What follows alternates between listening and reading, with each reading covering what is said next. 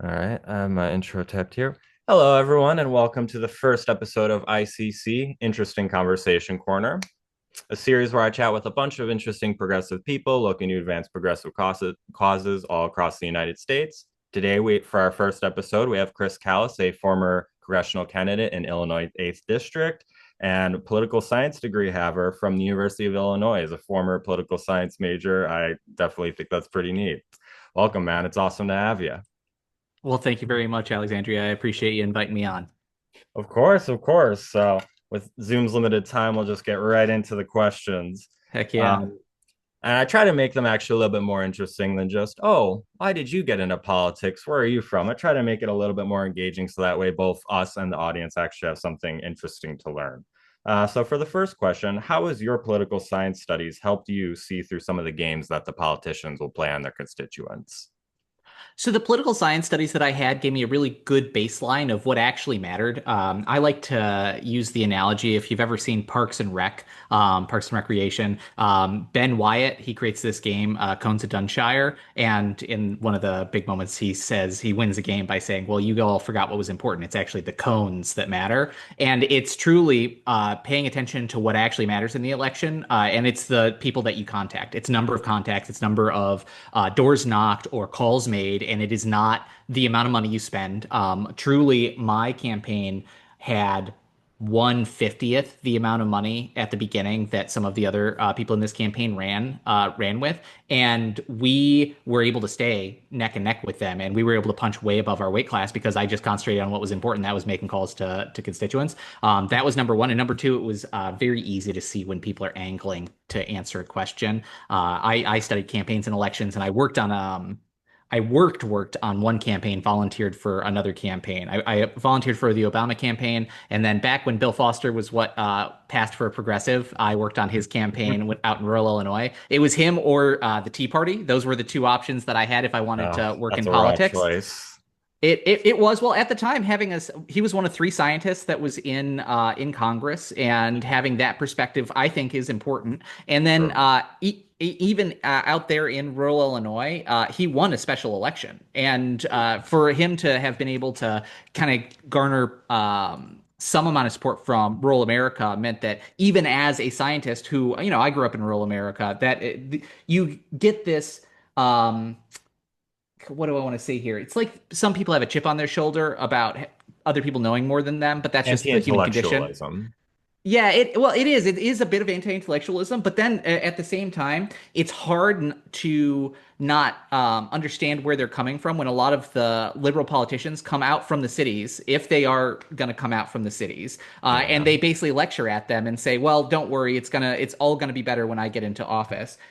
It's one of the reasons why I've been following the out in Maine, the Graham Plattner campaign. Yeah. And I know there's a lot of stuff that's blown up about him in the past week or so, but if you listen to him talk, he knows how to plainly speak to rural America, and you can hear it in just the way that he presents himself. So it was my political science education really taught me to tear back all of that, get back to brass tacks, what matters to people, and so that's where it helped the most.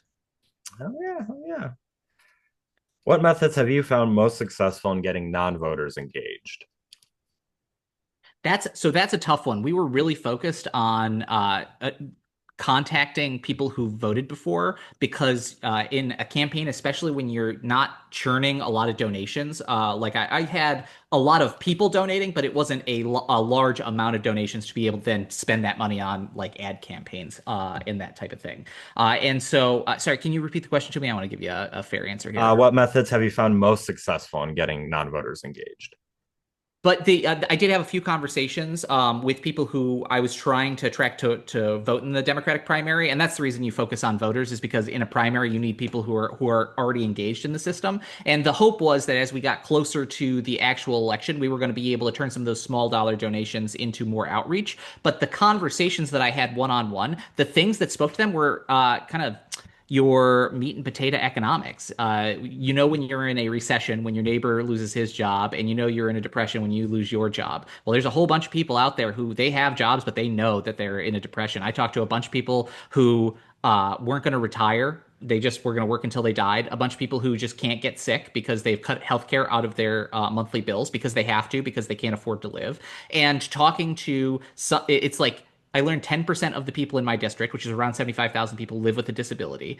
There's even more people who are on Social Security and Medicare. And the system is a lot more kind of tenuous than it seems like on the surface. When I got into it, my first question was, of my constituents, how much does it cost for you all to actually live month to month? I know how much our costs are. I'm living the millennial dream. My wife owned her home before we got together, and so I got to move into what is her childhood home. That's the basement that I'm in here, and she got a sweet deal on it from her dad during the pandemic, who was an empty nester. And to make this work, even though we have the best interest rate we could have, I came in with a 401k that I had actually, for the first time ever, got to max out the year before I got laid off.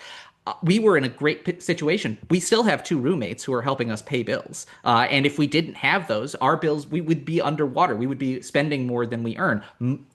Almost most Americans, 42% of Americans are in that boat where their bills are higher than their income. And so what do? They cut out the bills that don't matter, quote unquote, which is healthcare, which makes them not live as long, or it's childcare, and someone has to decide to have a latchkey kid, or to rely on friends and family, which is harder and harder to do when we all have multiple jobs. So that is what I learned talking to people, was that especially non-voters, is most of the people who are not engaged aren't not engaged because they're too dumb to be engaged, which is kind of a lot of the discourse. It's not around that exactly, but there's this underlying assumption that people who are checked out of politics, or just vote every 4 years or whatever, they're just too dumb to pay attention. They're busy. They got their heads down. They're trying to make a living. They're trying to survive day to day. And I even in this suburban district where the average income is $95,000 a year, we still have that. We still have a lot of people who are struggling day to day, who are one paycheck away from having to think about selling their house if they're lucky enough to own one, or moving in with family if they're renting.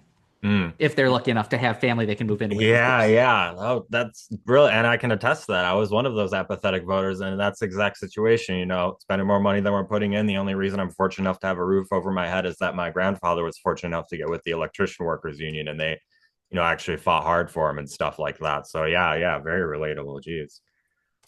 Speaking of party relation, how would you characterize the relationship between the Green and Democratic parties historically, and how would you like to see it in the future?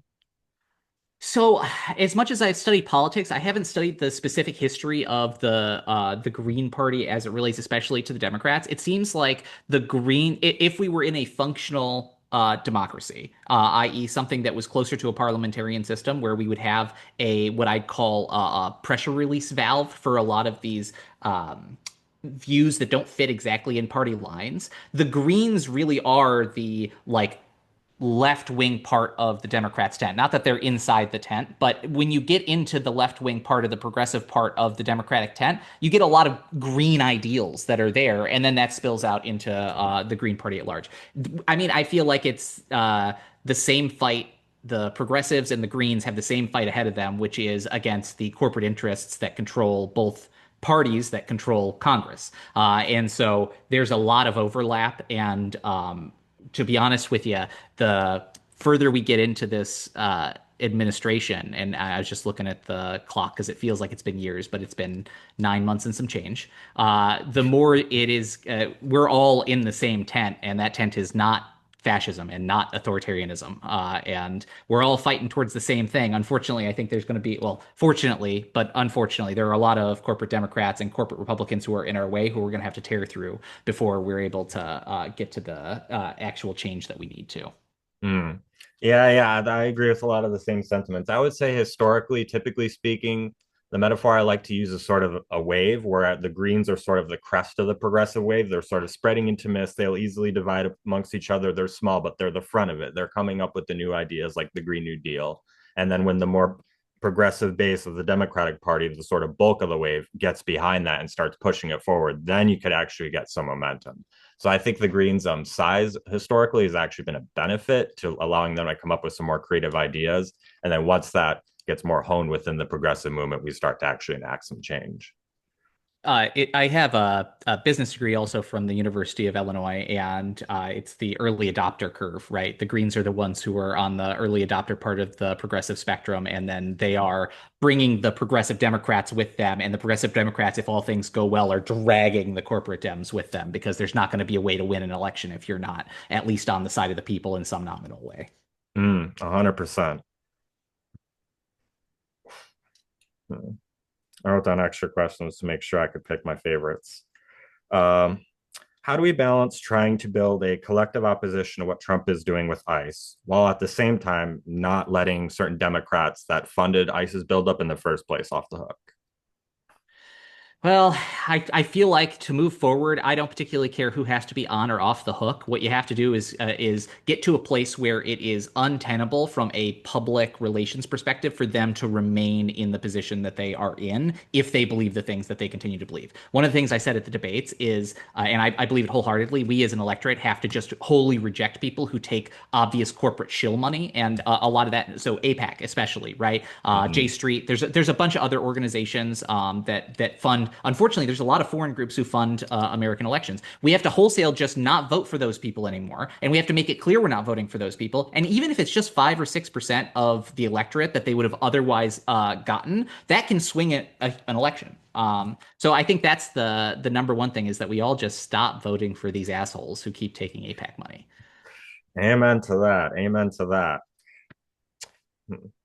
What's your a little bit more fun question? Favorite political song and why? Oh, favorite political song. That's It could be let's all see. time That's or just at the moment. Well, I'll tell you, there's one that really got me going. I'd listened to it. I used to play competitive Magic, not that I was any good at it, but I used to do it quite a bit. Oh, And my one of the siblings would pump love up that. songs was shoot, was it Blood and Fire by Grandson? And it is a pretty hard rock anthem that is about what you're going to be left with after you sell out the environment. There's not going to be anything left to tear apart you and your family, you're not going to be protected essentially. And I know this is way off topic, but I played Elves, which is a green deck all about forests and nature, and so that was where my headspace was whenever I was jamming up for a tournament. That's not off topic at all because I have one at least funsy question I want to ask every single person because my main actually profession, my job before I got back into politics was actually in the gaming industry as a writer and stuff. So actually, I want to Oh, ask every cool. person what their favorite video game is and why. So we'll just skip right to that one. I wanted to end with it, but since you mentioned it, let's do that now. Well, heck yeah. So I'm a gamer at heart, and I have been, geez, my whole life. I all the way back to when I was renting video games for $3 at the local video store, and my mom would give me like $6 or whatever for the weekend, so I'd get to rent two games. Let's see, my favorite video game. So there's going to be, I'll answer that in two ways. I'll say my favorite video game that I'm playing currently right now is Balatro. I have or Balatro, depending on how you'd like to pronounce it. And I love it. Making the big numbers go up is fun. I'm a systems guy too. So that's part of like, I like political Mm, science. I like strategy and being able to get into the tactics and how you actually overcome a system and how you break it and how you kind of build the right deck to be able to overcome each of the situations and prepare for situations that you're not expecting. I love it. So I'm almost done. I'm if I like a game, I will drain it to the end. So I'm very close to getting all of the achievements on Balatron. It was a great way to let my mind kind of relax after the campaign. So that's like currently, and I've been grinding on Balatro for a little bit. And then historically, probably Super Mario Brothers 3. I probably played more of that game, even including modern games that I've dumped hundreds of hours into over the past couple of years. I probably played more of that game back in the day. I would run that for fun. I'd slam through all the levels in like, geez. I want to say it's like maybe 4 or 5 hours. I would just 100% it, and I'd get to a point where I'd kind of do that as a hobby every couple of weeks. So that's the classic in me. oh heck yeah, that's good answers. I'm trying to think how long it's been. It was almost 20 years from when I first had a favorite game up until about half a year ago. I would say Halo 2 is my favorite game of all time. Oh Just yeah, that's a everything great one. about it, perfection. Even just the minuscule details, the sounds of the weapons recharging, every single wall texture. And then when I found out there were so many amazing parts of the story that was cut, I was just my mind was blown. But I think finally one game has overcome it, which is ironic because the game was made before I was even born. Daggerfall, the second Elder Scrolls game. Oh yeah, That Daggerfall. Okay, I never especially played, but I've heard a lot of great things about people who love the hardcore kind of um what do I want to say here? Kind of grindy, but not grindy. It's just there's a lot to Daggerfall that that you old can take school in. RPG feel. Yeah, yeah. I got into Morrowind a little bit, and I liked that, how it didn't Mm. hold your hand. But that's the same type of thing. And Daggerfall is huge, from what I understand. Yeah.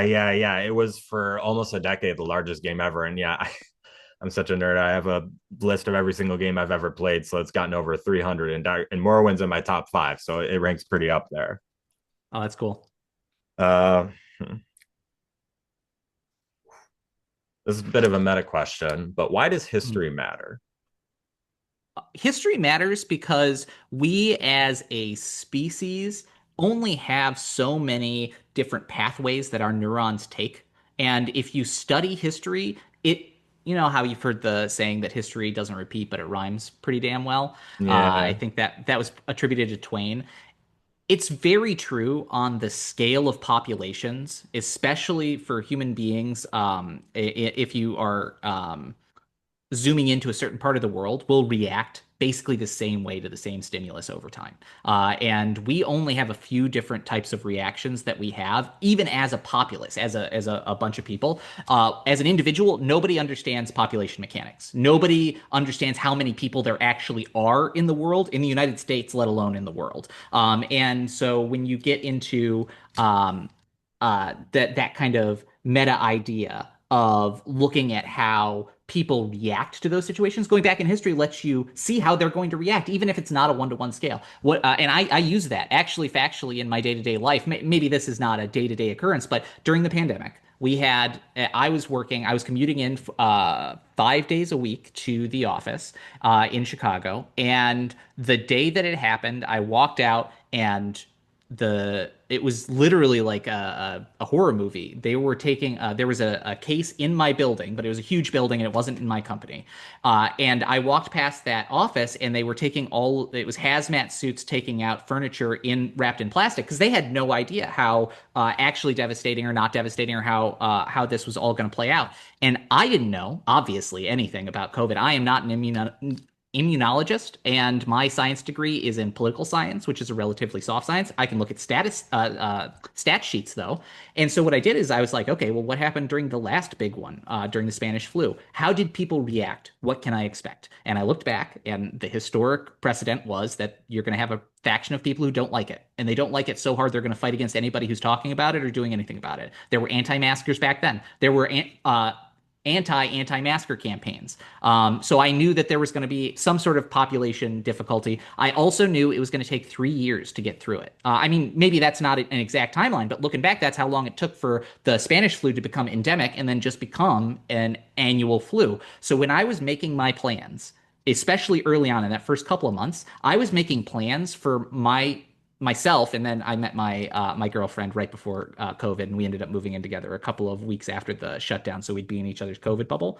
Uh, I was making plans. We built out a gym in our garage. We don't go anywhere, right? And so we didn't drive any place. So the garage was a worthless place for us to store a car. We kept it outside, and then we built a little gym in our 1,200 square foot rental, so that we could maintain our health. Because I knew, well, based on history, based on the pandemic, we're going to see a surge in the winter when people come inside and want to be close together. And sure enough, there was a huge surge that my then girlfriend and now wife and I were able to come out relatively unscathed. We didn't break our COVID bubbles.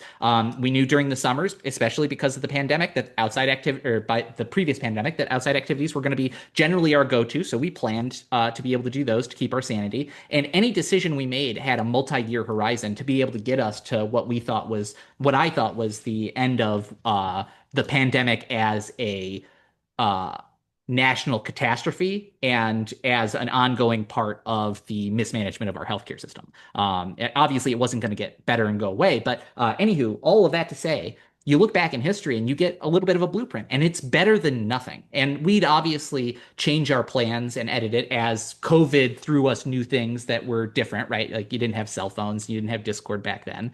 My wife was teaching at the time, and so she had to adjust to doing online classes with all of her students. And just as a total aside, that really lays the disparity between the haves and haves not out on the table because when my wife and I wasn't in the room when she was doing this.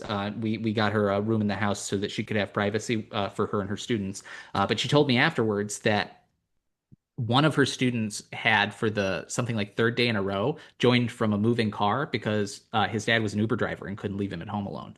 And how do you get an education that way? And the answer is you don't. You get it between drives. And honestly, for the dad who was doing the best that he could, how can he have a normal work day, right? Where Mm.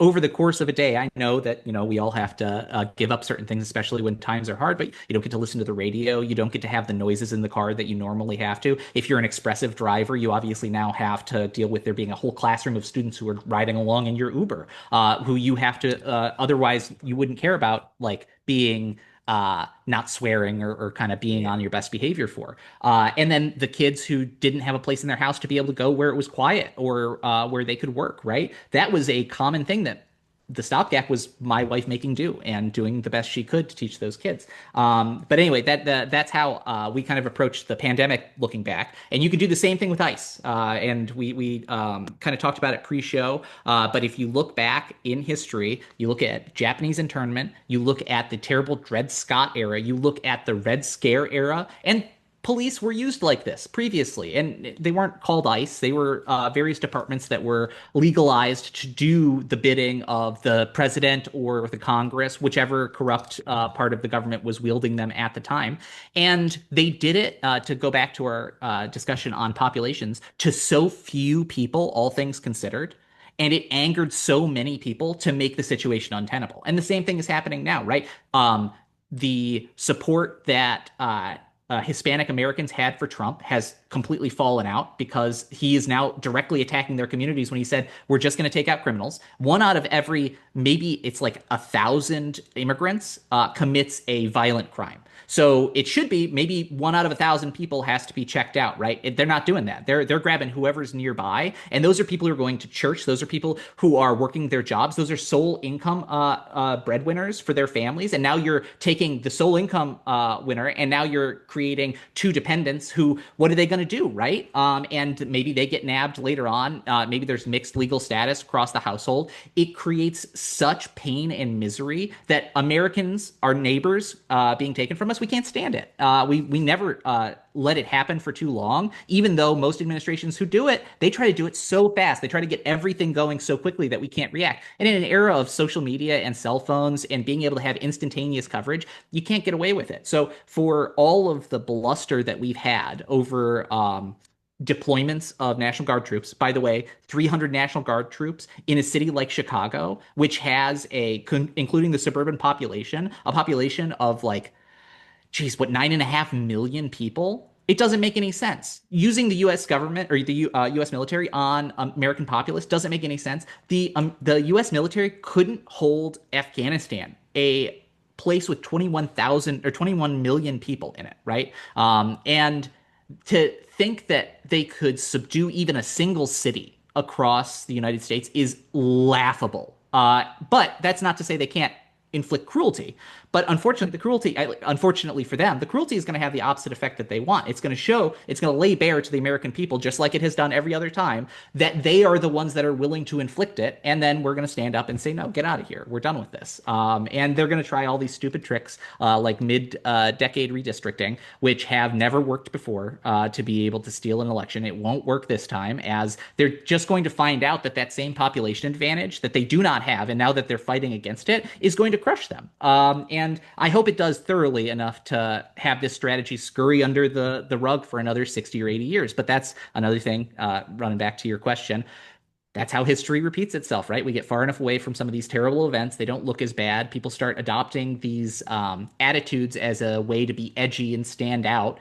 And all of a sudden, these edgy fringe politics start worming their way into the mainstream, and everybody has to have an opinion on it. And Americans throughout history, although it has taken some time to get there, have the right opinion on it eventually. Mm. Yeah, 100%. Oh goodness, I could think of so many examples. But I'm gonna stay focused. Stay focused, Andrea. Okay, just two more questions actually. When and how did you come to your current position on the genocide in Gaza? Uh, I just, when you start paying attention at all, and you look with your eyes at anything that's going on over there, it's hard not to. So I'd say in March when I first jumped in, but it was before that. I had pretty deep discussions about it throughout the past couple of years as this genocide has drug on.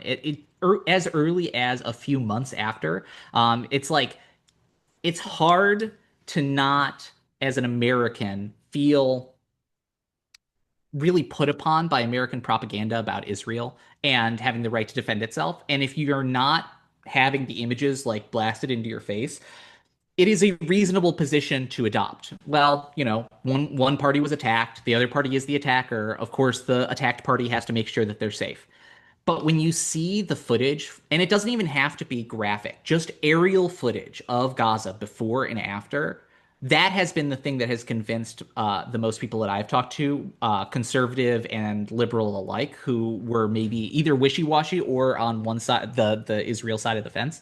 And it was that the complete and total and utter destruction of Gaza is unconscionable for any reason.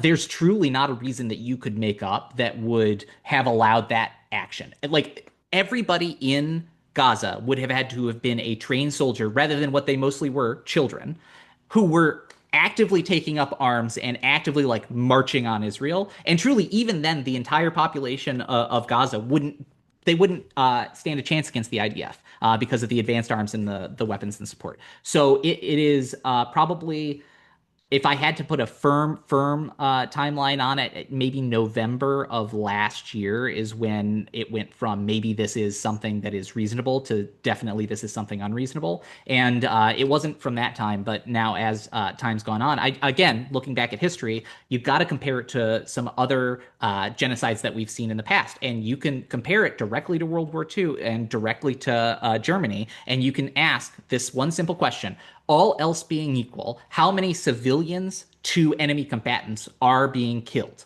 And if you look at World War II, Germany, and this includes the Holocaust, was killing 3 enemy combatants to every 2 civilians. Israel in Gaza is killing 6 civilians for every 1 Hamas fighter that they're able to take down.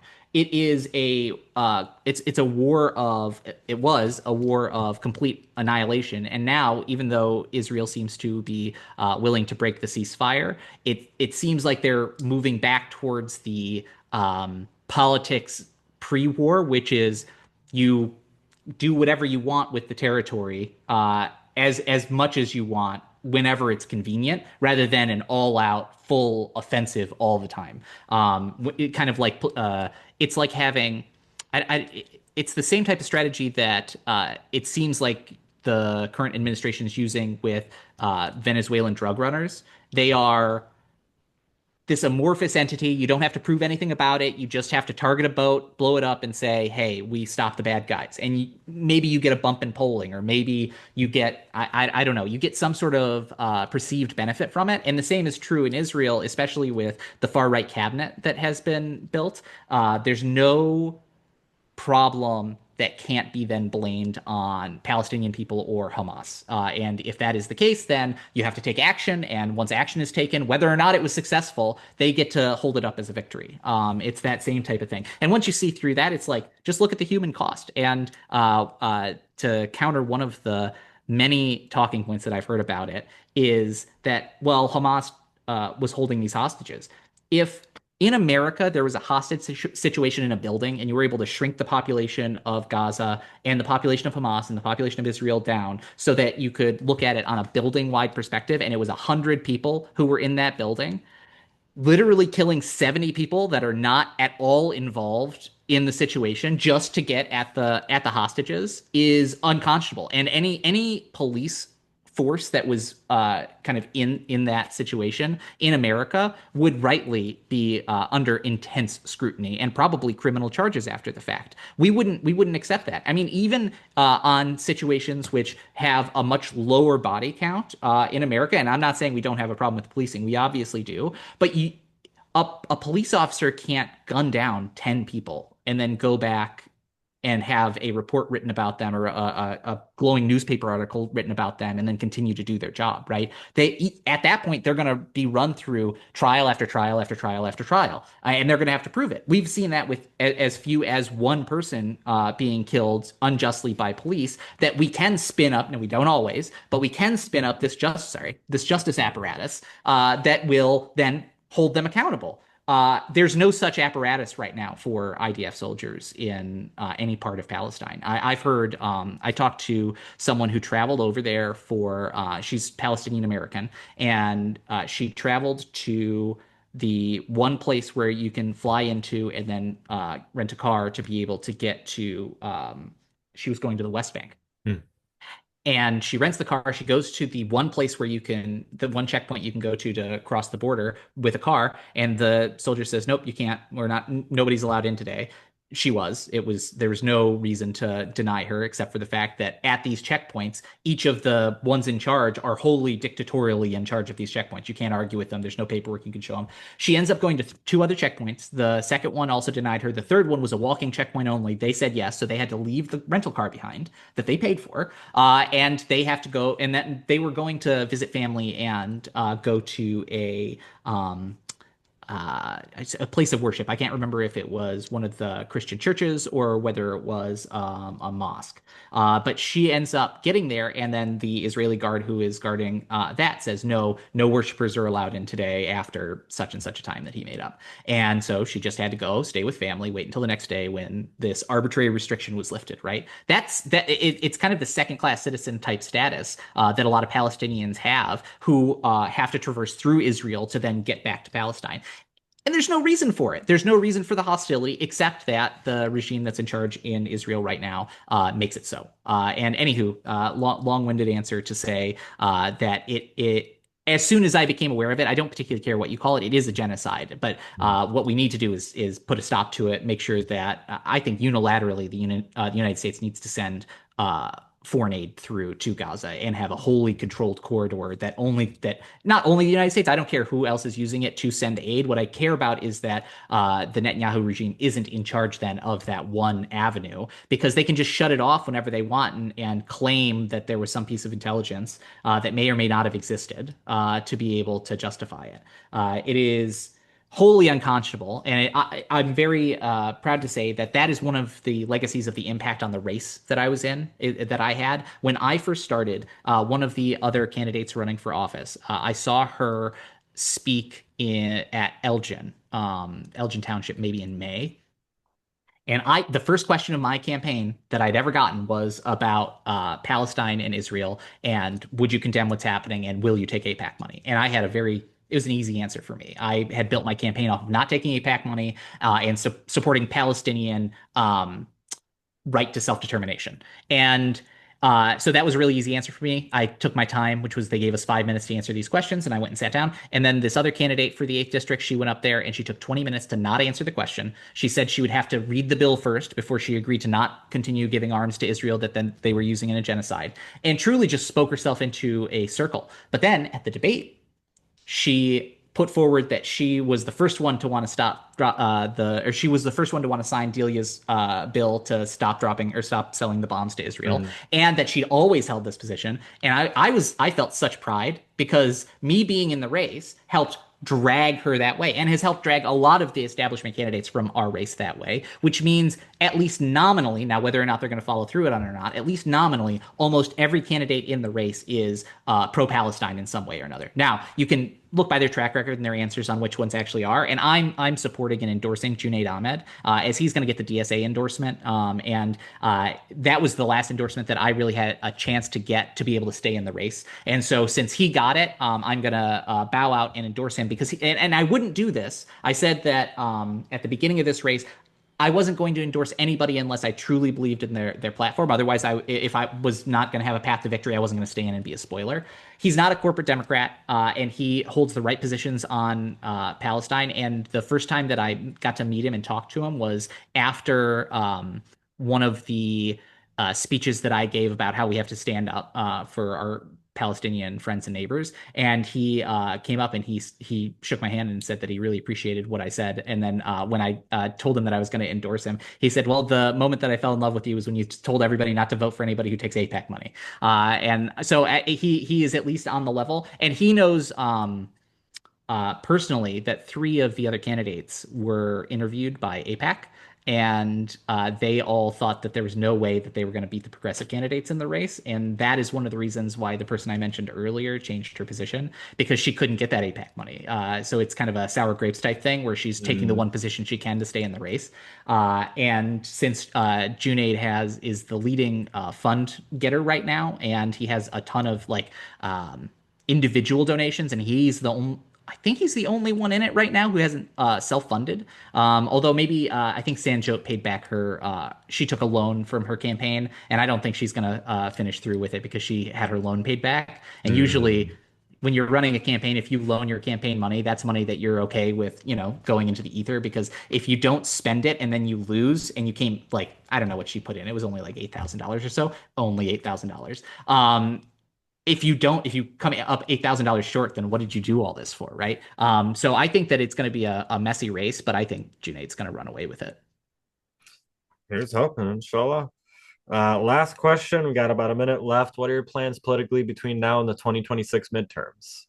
My plans are to continue doing what I have been doing. I'm at Broadview almost every Friday. I took some personal time off this last Friday, but I'm trying to get that Broadview closed, the Immigration Detention Center there. I'm also in Palatine every Friday to support the immigrant community there, so it's two-edged sword. And then I don't know. A lot of my allies want me to get into politics, but I don't want to get in just to get in. I know how Congress works, and I knew what changes I could make when I was there. So I'm keeping my eye open on the state house and the state senate because I know I could do some good there. But the situation in the state is different than the situation nationally. So take it one day at a time. Awesome. Well, thank you so much for having me. I'll be sure to send you my number and we'll keep in touch. Thanks for coming on. Love you, Arthur. Thank, Good luck. thank you very much. Thank you very much, Alexandria. Good luck with the rest of your episodes. For sure. Take care. All right, have a good one.